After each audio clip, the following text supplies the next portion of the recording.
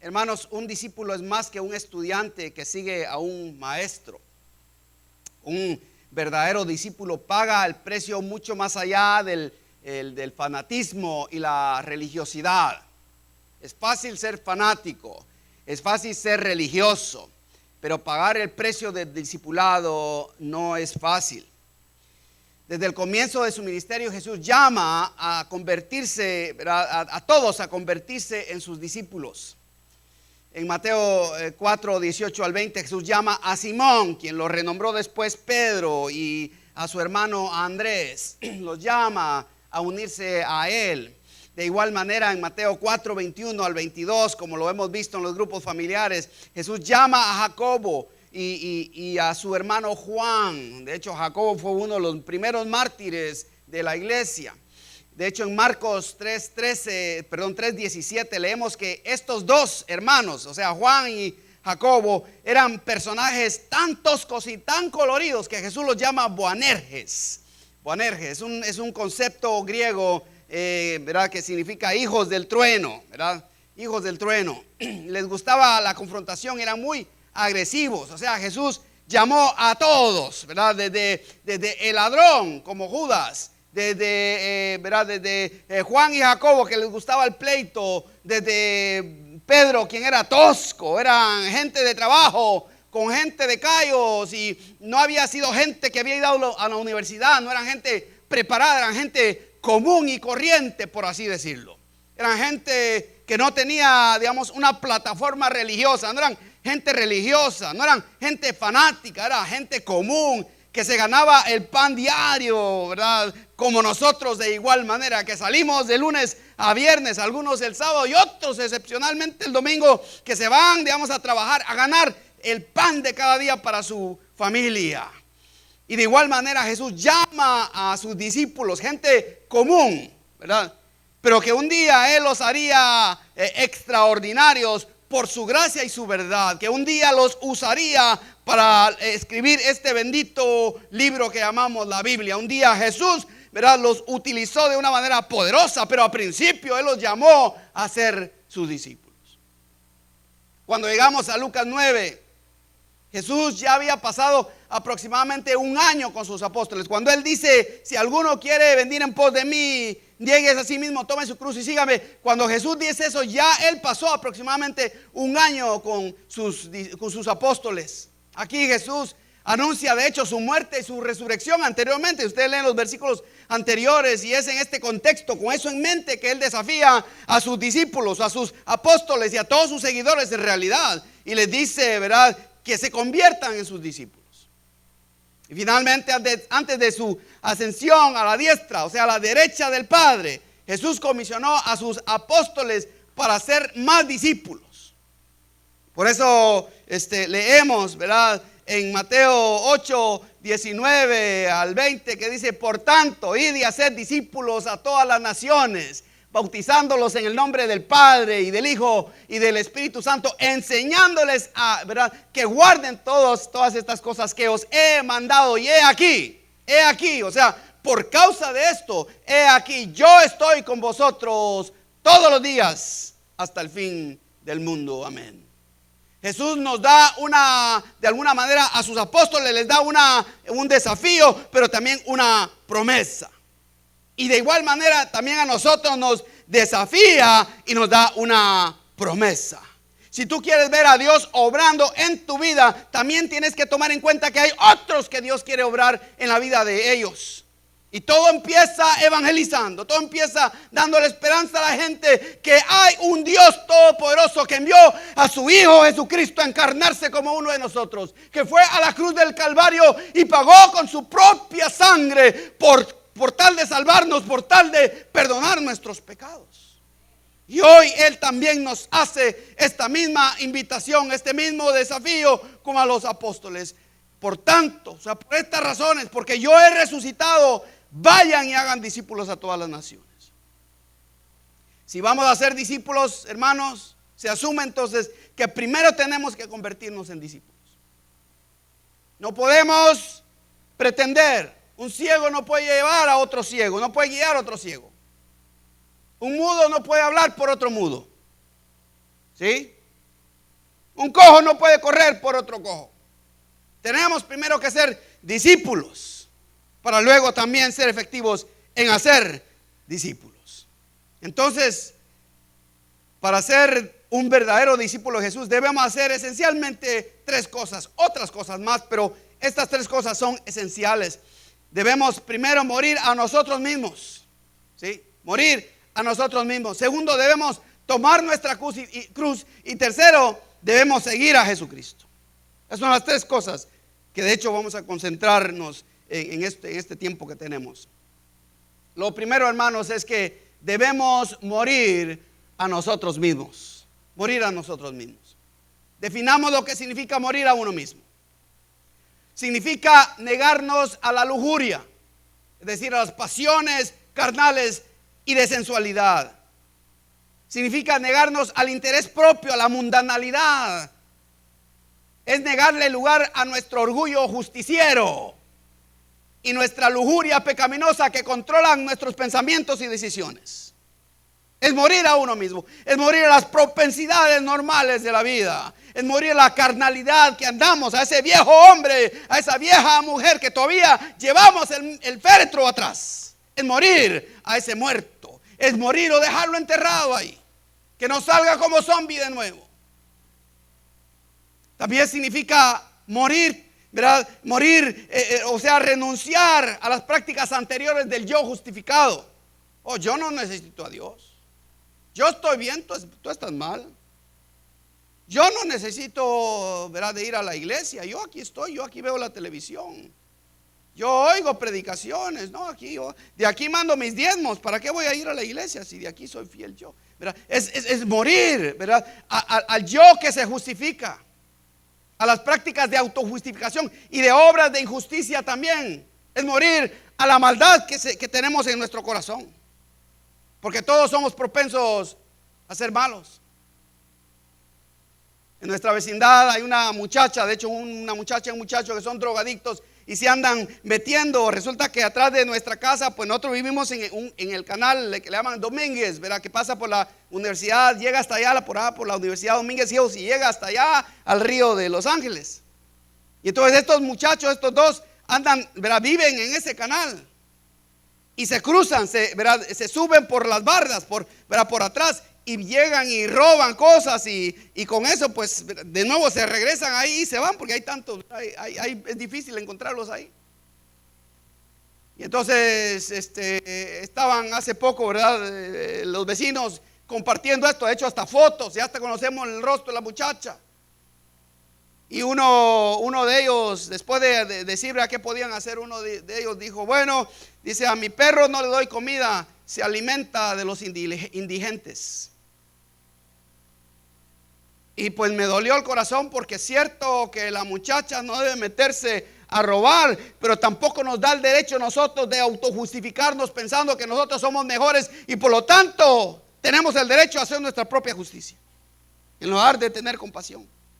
Y me dolió el corazón. Y gracias a Dios que uno de entre todos, porque no tengo tiempo para andar respondiendo, por uno de ellos dijo, mejor deberías ofrecerle algo de comida. Tal vez por eso se mete a tu casa. ¿Sí? Pero tenemos esta tendencia a autojustificarnos. Ahora, ¿cuáles son las marcas distintivas de alguien que está muriendo a su propio yo? Primero, le negamos al pecado el poder que tenía sobre nuestra carne. Más concretamente, nuestro comportamiento es honorable en medio de esta generación malvada, en medio de este mundo en el cual vivimos. En 1 Pedro 2:12 dice, mantengan una buena conducta entre los no creyentes para que, aunque los acusen de malhechores, al ver las buenas obras de ustedes, glorifiquen a Dios el día que Él nos visite. El día que el Señor te visite, de cualquier manera, o el día que Jesucristo venga, de cualquier manera, que todos puedan glorificar y decir, ¿verdad? Como dijo el soldado, era bueno, era el Hijo de Dios. Hermanos, también de igual manera, le negamos el poder al pecado, rehusando a vivir como el mundo lo hace. La palabra del Señor dice En 1 Pedro 4, 1 al 4, puesto que Cristo sufrió por nosotros en su cuerpo, también ustedes deben adoptar esta misma actitud. Porque quien sufre en su cuerpo pone fin al pecado, para que en el tiempo que le queda de vida, o sea, los años que te quedan de vida, mi hermano, en este mundo, la viva conforme a la voluntad de Dios y no conforme a los deseos humanos. Basta el tiempo pasado por haber hecho lo que agrada a los no creyentes, que viven entregados al libertinaje y las pasiones, a las borracheras y a las orgías, disipaciones y detestables idolatrías. Para ellos resulta extraño que ustedes ya no los acompañen en este mismo desenfreno y libertinaje, y por eso los ultrajan. Por eso lo abandonan a uno los amigos. Por eso de alguna manera, ¿verdad?, se alejan de uno de alguna manera, por razón de Jesucristo. No sé qué pasó acá, Sergio. Creo que esto algo pasó acá con esto. No me funciona. Hermanos, no solo, ¿verdad?, le negamos poder al pecado sobre nuestra carne, sino también renunciamos a nuestra autojustificación. En el capítulo 3 de Filipenses, Pablo, ¿verdad? Habla acerca de, ¿verdad?, no justificarse. Si me acompañan por favor a Filipenses capítulo 3, vamos a leerlo todos juntos por hoy. Espero que hayan traído su Biblia y un librito de notas ahí para que usted pueda de igual manera escribir estas cosas que son sumamente importantes, hermanos. No solo le negamos al pecado el poder sobre nuestra carne, también renunciamos a nuestra justificación. Si alguien fue justo e irreprensible, fue Pablo. Miren el capítulo 3 ahí, Filipenses capítulo 3 versos 4 y 5. Dice, aunque yo también, ¿de qué confiar en la carne? Yo tengo también de qué confiar en la carne. Si alguno que tiene de qué confiar en la carne, yo más, circuncidado al 8º día, del linaje de Israel, de la tribu de Benjamín, hebreo de hebreos, en cuanto a la ley, fariseo, en cuanto al celo, perseguidor de la iglesia, en cuanto a la justicia, que es la ley, irreprensible. ¿Cuántos de nosotros acá podemos decir somos irreprensibles? Pablo de alguna manera no se está justificando, se está autoevaluando. Sin embargo, Pablo considera su justicia personal como pérdida, fíjense, como pérdida. Miren ahí los versículos 7 en adelante. Pero cuantas cosas eran para mí ganancia, las he estimado como pérdida por amor de Cristo. Y ciertamente aún estimo todas las cosas como pérdida por la excelencia del conocimiento de Cristo Jesús mi Señor, por amor del cual lo he perdido todo. Y lo tengo ¿qué? Por basura. ¿Para qué? Para ganar a Cristo. Y ser hallado en Él, no teniendo mi propia justicia, que es por la ley, sino la que es por la fe de Cristo. La justicia que es de Dios por la fe, a fin de conocerle y el poder de su resurrección y la participación de sus padecimientos, llegando a ser semejante en Él en su muerte, si en alguna manera llegase a la resurrección de entre los muertos. ¡Wow! Pablo de alguna manera considera que todo lo que había alcanzado era pérdida comparado al llamamiento que él tenía en Cristo Jesús. ¿Lo consideras tú como pérdida? ¿Consideras tú como pérdida tu sueño cuando tienes que venir a la iglesia? Ojalá que de alguna manera pongas a Dios siempre en primer lugar. Y no que un día te levantes, ay, es que estoy tan cansado, ay, no voy a irme, nos vamos a sacar en la iglesia. Y lo peor de todo es cuando tiene hijos, nos vamos a sacar en la iglesia. Sí, dicen los niños contentos, ya van aprendiendo de ese padre y esa madre. Ser un discípulo significa morir a uno mismo, tener todo lo demás por pérdida, por tal de conocer a Cristo Jesús en sus sufrimientos. Más bien, Pablo estaba dispuesto a pagar el costo de su discipulado por amor al premio mayor. ¿Cuál es el premio mayor? El llamado de Dios en su vida por el engrandecimiento de Cristo. El llamado que Dios le había hecho para engrandecer a Cristo. Ese era el premio de Pablo. Fíjese que el premio de Pablo ni siquiera era llegar a la salvación, vaya. De hecho, estaba hasta dispuesto en el capítulo 3 de Romanos de ser enviado al infierno por tal de que sus hermanos judíos fuesen salvos. No le importaba a él la salvación. Es importante, tan importante como sea. Pero él, su meta, verá, más importante era engrandecer a Cristo Jesús, elevar el nombre de Cristo, hacerlo conocerlo en sus sufrimientos. Y qué fácil es decir eso cuando estamos sentados en sillas tan lindas y tan confortables, ¿verdad? Gracias a Dios por estas sillas. No es pecado en tener estas sillas bonitas. Dele gracias a Dios que podemos sentarnos en unas sillas que hoy día no están frías y heladas por este invierno de California. Gracias a Dios por ello. Pero esto no es el discipulado. El discipulado es cuando uno paga el precio por tal de engrandecer el nombre de Cristo Jesús. ¿Sí? Entonces él está dispuesto a pagar todo por alcanzar a Cristo, por alcanzar este premio. El verso 7 dice: por cuantas cosas eran para mí ganancia, las he estimado como pérdida por amor de Cristo. Y ciertamente aún yo estimo todas las cosas como pérdida por la excelencia del conocimiento de Cristo, mi Señor, por amor del cual lo he perdido todo y lo tengo todo por basura. Si Pablo está diciendo: he perdido todo esto por causa de Cristo. Y la pregunta es: ¿estás tú dispuesto a abandonar todo por causa de Él? Hermanos, en doctrina y práctica, tanto Pedro como Pablo, ejemplificaron lo que significa morir a uno mismo. De hecho, ambos murieron como mártires. ¿Sí? Además de morir a uno mismo, los verdaderos discípulos de Jesús, hermanos, en segundo lugar, debemos tomar nuestra cruz. Debemos tomar nuestra cruz. Definamos qué significa tomar la cruz. Significa aceptar libre, pero decisivamente la opresión y aceptar la vergüenza por amor de Jesús y por su causa.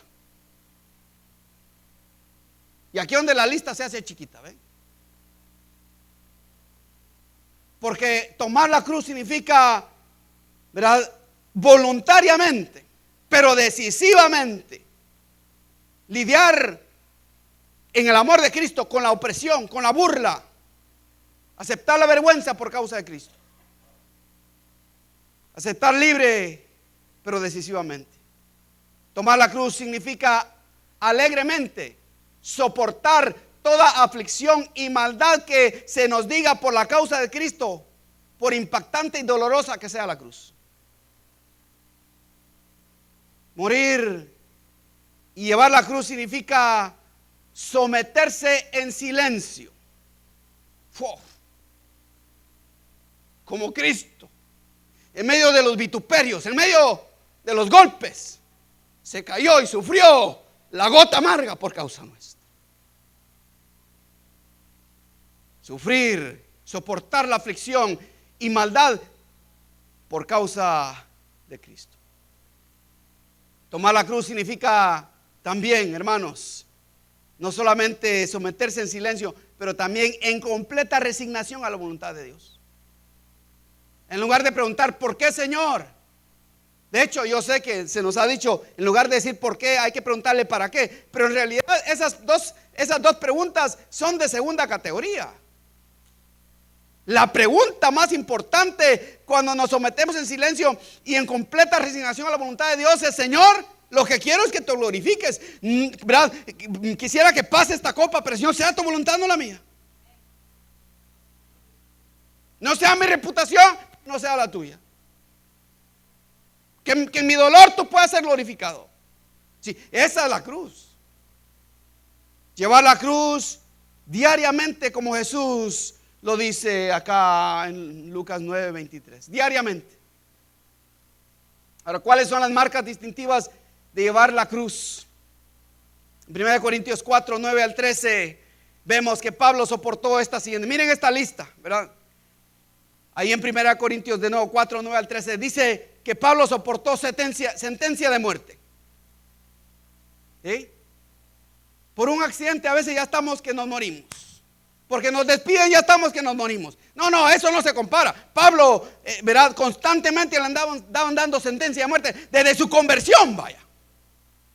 Lo andaban buscando para matarlo. Y si no es por los hermanos que lo bajan por una ventana de la ciudad y le dicen: lárgate aquí, vete, vete, hijo, vete, porque esta gente te va a matar, vete. Y estaba nuevo. Y desde entonces Pablo constantemente está sufriendo sentencia de muerte. Dice que también fue un espectáculo, como un payaso de circo. Esa es la idea, que la gente lo vio como un payaso. Lo muestran como insensato por amor de Cristo, o sea, como loco por amor de Cristo, como débil, dice, despreciado. La palabra en griego es oprobio, oprobium, despreciado, o sea, verá, con oprobio, ¿sí? Dice que en hambre y sed por causa de Cristo. No en ayunos, porque eso es diferente, pero en hambre y sed. Desnudo, dice. Pablo estuvo desnudo por causa de Cristo. Abofeteado, sin casa ni hogar, fatigado por el trabajo de sus propias manos, y después la gente ni siquiera le pagaba por su trabajo. Maldecido por la gente, perseguido, calumniado y difamado, como la escoria del mundo, dice él, que fue tratado, como el basurero de la ciudad.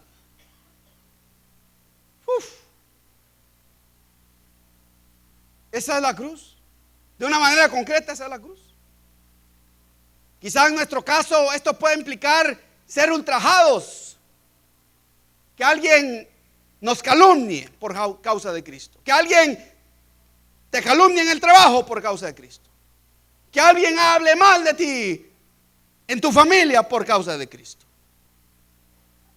Yo tengo tantas historias de gente que nos ha ultrajado y que hemos tenido que tragar la píldora gruesa esa por tal de seguir a Cristo Jesús. Entonces, para ser un discípulo, hermano, debemos morir a nosotros mismos, a los deseos de la carne, pero también debemos tomar nuestra cruz. Y finalmente, hermanos, en tercer lugar, debemos seguir a Jesús. Debemos seguir a Jesús. Definamos qué significa seguir a Jesús. Significa aceptarlo como Salvador. Significa aceptar su sacrificio en la cruz por nosotros como pago completo por nuestros pecados. Significa que tú ya no puedes pagar nada porque alguien ya lo pagó. No sé si ustedes han oído de gente que va, digamos, en la línea, por ejemplo, en un drive-thru, un McDonald's, por ejemplo, va y dice: ¿Sabes qué? Te voy a pagar acá para que el de atrás no tenga que pagar, le voy a pagar a este. Y el de atrás llega y saca su dinero y dice: no, el que va adelante pagó por ti. Dice: ¿cómo? Sí, pagó por ti. ¿Sí? Pues órale, dice, se mete su plata, ¿verdad? Y muchas gracias, no sabe ni a quién pagarle. Esa es una actitud humana, imagínense. Pero Cristo Jesús no solo pagó tu McDonald's, pagó tu vida, pagó por tus pecados, pagó por los pecados de tu familia, gloria a Dios, pagó por todas tus dificultades, pagó por todas tus vergüenzas, pagó por todas tus calumnias. Jesús pagó por cada una de ellas, no dejó absolutamente nada. Él no solamente dijo: a ver, le voy a pagar al que está atrás, sino le voy a pagar a toda la línea de aquí en adelante para que nadie pague más. Esto es lo que Cristo Jesús ha hecho por nosotros. Ha pagado por nuestros pecados, nos ha salvado. Entonces, para seguir a Cristo, primero tienes que aceptarlo como tu Salvador y olvidarte de querer pagarlo, porque no vas a poder. La salvación es gratis. Lo que te va a costar es el discipulado. Te va a costar cada centavo, mi hermano. Te va a costar cada gota, cada sacrificio, cada calumnia te va a costar. No estamos acá para predicarte un evangelio de televisión, vaya. Cristo no te amó a eso. Yo sospecho que si Cristo estuviera ahora, hoy día acá, donde menos estaría sería en la televisión, pidiendo dinero para sostener un programa. Disculpen, no es que yo esté en contra de eso. Más bien estoy a favor de Jesucristo. Y creo que Cristo Jesús hoy domingo estaría posiblemente en Skid Row, allá metido entre todos los hombres, abrazando a todos los apestosos, los hediondos, dándoles esperanza a todos esos adictos. Ahí estaría Jesucristo. Y posiblemente me dejaría acá diciendo: predícale al pueblo, yo me voy para allá. ¿Sí? Seguir a Jesús significa ser como Él. Ser como Él. Lucas 6:40 dice que el discípulo no es superior a su maestro, Mas todo el que fuere perfeccionado, o sea, madurado, será como su maestro. ¿Sí? La meta es que vamos a llegar a ser como Él, imitarlo. Seguir a Jesús significa obedecerle como Señor, haciendo lo que Él dice. Jesús dice en Lucas 6:46: ¿por qué me llaman ustedes Señor, Señor, y no hacen lo que les mando hacer? Ay, Señor, te quiero mucho, pero caramba, si no estás, me dices Señor, me dices dueño, pero no haces lo que yo te digo.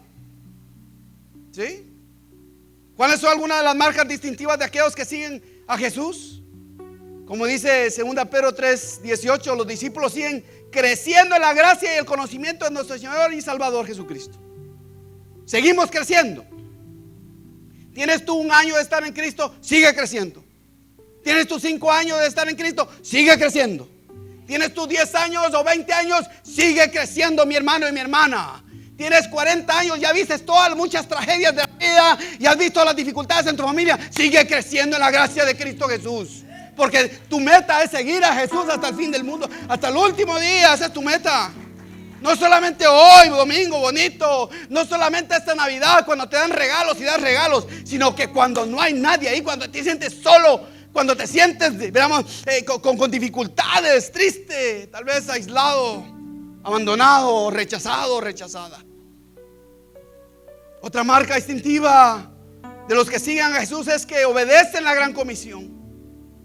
Como dice Mateo 28:19: estos van y hacen discípulos hasta convertirlos y hacerlos que se bauticen e integrarlos a la vida de la iglesia. Y la última marca distintiva de seguir a Jesucristo es observar lo que Jesús manda. Como dice en Mateo 28:20: estos enseñan a otros conversos para que sean capaces de observar también lo que Jesús les ha mandado, que es lo que Pablo le decía a Timoteo en 2 Timoteo 2:2. Lo que has escuchado a mí ante muchos testigos, eso también encarga a otros que enseñen a otros. Hermanos, en conclusión, hay un libro que estoy leyendo recientemente. Michael Jenkins cita a Clarence Jordan. Clarence Jordan es el autor de una traducción que se llama Sembradío de Algodón. Es fundador de una granja interracial de koinonia, se llama Americus, en Georgia. De hecho, hoy día todavía existe. Cuando los negros eran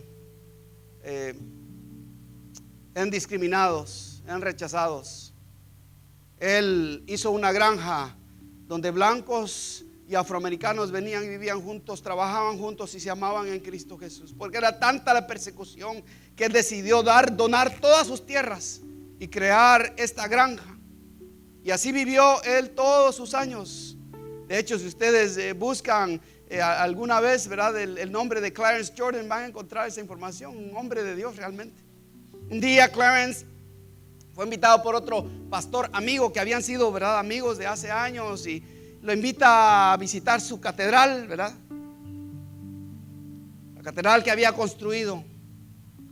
Y con mucho orgullo y mucha pompa, el otro ministro le muestra a Clarence los bancos importados y las lujosas decoraciones, la alfombra roja linda, ¿verdad?, carísima. Y entonces, después de haber cenado, salieron de la iglesia. Clarence iba ya a su carro para montarse y regresar a la granja donde estaban sus hermanos esperando por él. Y cuando salieron, ya la oscuridad caía y un foco iluminaba una enorme cruz sobre el campanario. Entonces le dice el ministro con una sonrisa de satisfacción: solo esa cruz nos costó $10,000. Entonces Clarence le dice: pues te engañaron, porque hace algún tiempo atrás las cruces eran gratis para todos los cristianos. El precio del discipulado parece bastante alto. Debemos negarnos muriendo a nosotros mismos. Debemos tomar nuestra propia cruz diariamente. Debemos seguir a Jesús. Pero solo hay dos opciones, hermanos. Solo hay dos opciones. Debemos intentar salvarnos y terminar perdiendo la vida de todos modos, o podemos perder nuestra vida por amor a Jesús y salvarla. Jesús nos dice de nuevo, pues ¿qué aprovecha el hombre si gana todo el mundo y se destruye o se pierde a sí mismo? ¿Qué le aprovecha? A la luz del riesgo de perder la vida y la promesa de ganar la eternidad, hermanos, solo hay una opción: soportar el costo alto del discipulado. Y para algunos comienza hoy. Comienza hoy.